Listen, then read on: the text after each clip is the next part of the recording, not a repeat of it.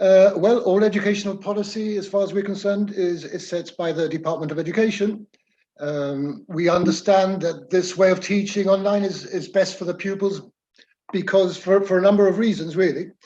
From an educational perspective, it has been explained to us by the department that live Zoom-like lessons are not often very effective for learning, because learning ends up being very passive, with many students often not engaging with the learning material.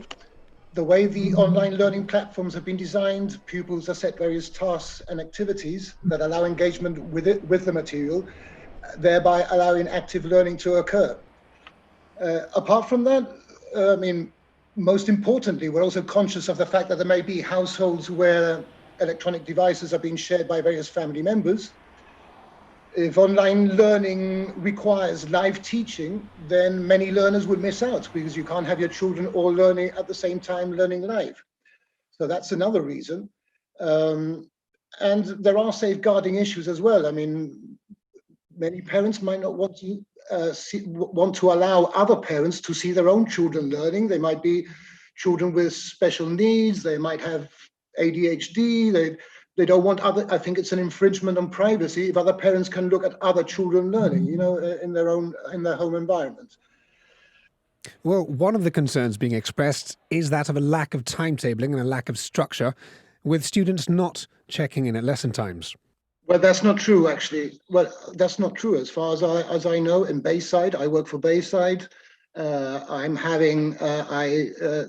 getting students to log in and to register that they're at that particular moment in time on the lesson. I don't know how other schools are doing it, but certainly in Bayside, we've been told to do that by our senior leadership teams.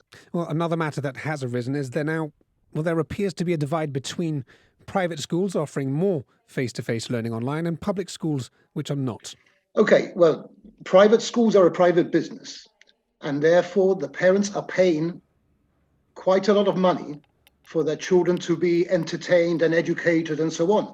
I know for a fact that many teachers in the private schools are not happy giving online live lessons. It's not necessarily the best way, but unfortunately they're paying customers.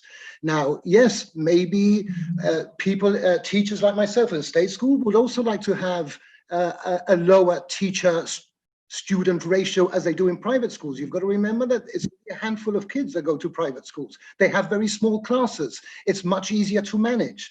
I'm not saying that's a justification for doing online lessons because, as the department has pointed out, it's not necessarily the best way to teach from home by doing live lessons, because you can see other children, how they engage. Parents can also look. There's issues of privacy, safeguarding. So we'd rather set out, we're doing a lot of planning. We're providing structure for the children, and there's active learning going on. So I think it's fine. We're happy with what the department has set out for us.